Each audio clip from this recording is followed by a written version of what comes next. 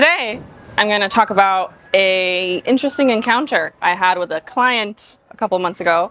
It was a lead that came in. She was requesting a property tour of this home in a really nice neighborhood in Irvine. It was like a $10 million home, and I'll show anything, but I'll especially show a $10 million home.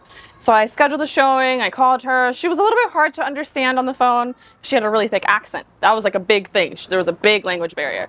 And so we scheduled the showing, we meet there, and then she gets out of her car, and like, I'm not one to judge someone, but there was a whole bunch of stuff in her car, and I was like, it kind of looks like she lives out of her car, but I'm not gonna say anything. So she gets there and she's a little bit like ditzy, and it was like kind of weird. And she was trying to tell me that she's an owner, and I was like, of what? And she's like, I'm an owner. And because there's a big language barrier, I couldn't have her elaborate more on it. And so then she kept telling me she was the owner, and I was like, what is she saying? And then she told, I was with Carrie, my boss, and she was like, oh, like I want to write an offer. And so we write up the offer.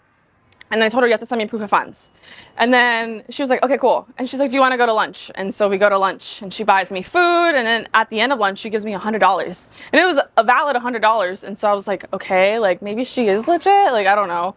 And so then she requests to see a couple more properties, like a week or later in the weekend, and we go see them. And as I'm hanging out with her, I keep telling her, like, I need your proof of funds for the offer. Like, if you're interested in this home, I need your proof of funds. And she kind of kept denying it. And then she told me that she worked with President Biden, and she would go on like the government page and be like, look, this is where I work. And she's like, look, I get emails from them, but it was just like a basic email from like a newsletter subscription.